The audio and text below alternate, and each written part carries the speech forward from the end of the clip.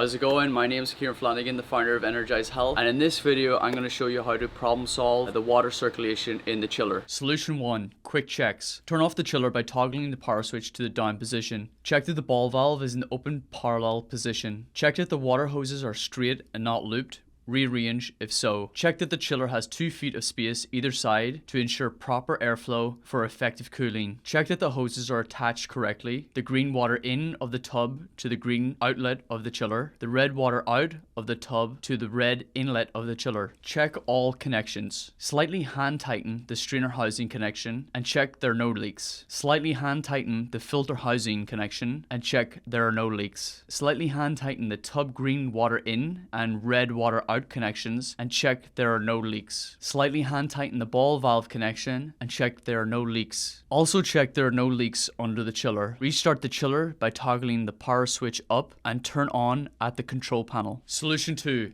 Clean the strainer and replace the filter. Step 1. Clean the strainer even if it doesn't look dirty. Turn off the chiller, turn the ball valve to the closed perpendicular position, remove the hose from the red inlet of the chiller by screwing it in the anti-clockwise direction. Remove the strainer housing by unscrewing in the anti-clockwise direction. Remove the inner strainer net by unscrewing in the anti-clockwise direction. Wash the strainer net using a Brillo pad or cloth if necessary. Screw back in the strainer net in the clockwise direction and screw back on the strainer housing in the clockwise direction and reattach the hose. Step 2. Replace the water filter even if it doesn't look dirty, as minerals can block the filter and not show discoloration. Unscrew the filter housing by turning the lower water filter housing to the left away from the chiller. Empty the water inside the filter housing. Dispose of the old filter. Insert a new filter into the housing. Fill the filter housing with clean water. Check that the gasket in the filter top cap is on and free from damage. Screw the filter housing back on by twisting it to the right towards the chiller. Turn the ball valve to the open parallel position. Restart the chiller by toggling the power switch up and turn on at the front control panel. Solution 3.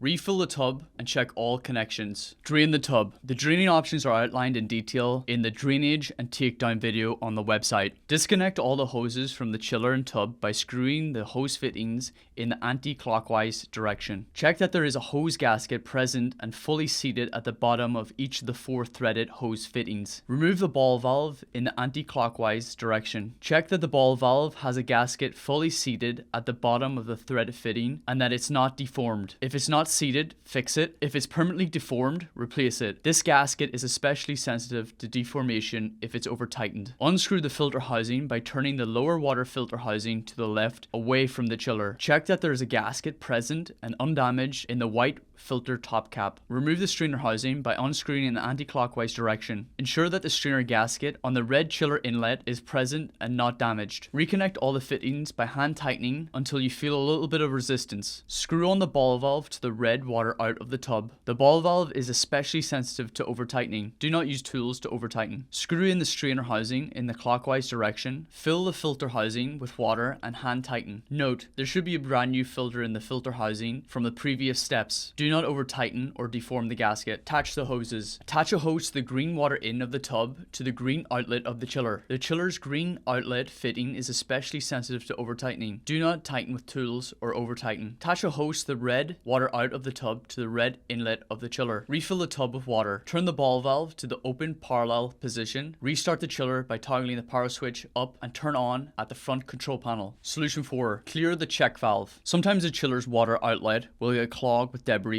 and the check valve will need to be reset. Step 1. Turn off the chiller by toggling the power switch to the down and off position. Close the ball valve to the perpendicular direction of the valve body. Unscrew the chiller green outlet hose and place this hose inside the tub. Take a screwdriver or a pen to gently press and activate the ball valve inside the outlet of the chiller. This connection looks like a crosshair. You want to apply force to the very centermost point of this check valve. It will move very slightly inward when pressed. Note, do not use excessive force as this can damage the valve. Reconnect the hose to the green outlet of the chiller. Open the ball valve by turning to the open parallel position. Turn on the chiller by toggling the power switch to the up position and press the power button at the front control panel.